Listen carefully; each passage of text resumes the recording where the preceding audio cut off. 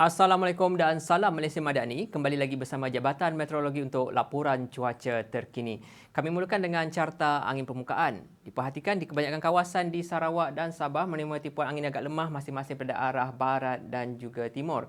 Di utara Semenanjung pula, angin bertiup dengan kelajuan sekitar 30 km per jam dan seterusnya melemah setelah memasuki kawasan selatan dan juga tengah Semenanjung.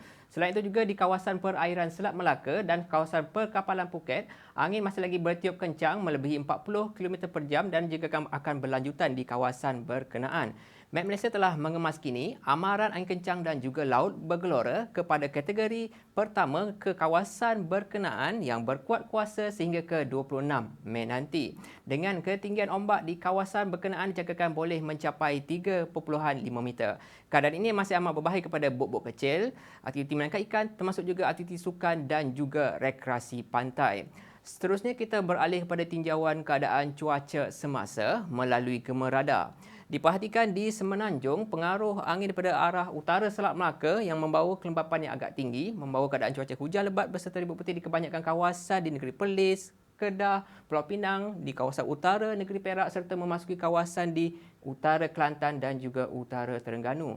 Keadaan cuaca lembap ini dijangkakan boleh berlanjutan sehingga ke waktu malam nanti. Sementara itu, keadaan cuaca hujan yang dicerap di satu dua kawasan di sekitar Negeri Sembilan, kawasan selatan dan timur negeri Johor dan juga di kawasan tengah negeri Pahang dijangka akan beransur reda pada waktu awal malam.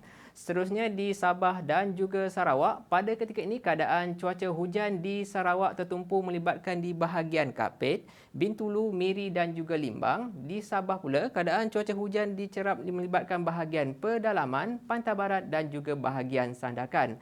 Keadaan cuaca hujan terutamanya di kawasan utara Sarawak dan juga di barat Sabah dijangkakan boleh berlanjutan sehingga ke waktu malam nanti. Orang awam diminta untuk sentiasa peka dengan perkembangan keadaan cuaca di persekitaran anda. Dan sebelum berpisah, kami kongsikan terlebih dahulu ramalan cuaca bagi bandar-bandar utama dan juga indeks pencemaran udara di seluruh negara. Sekian sahaja laporan cuaca. Assalamualaikum.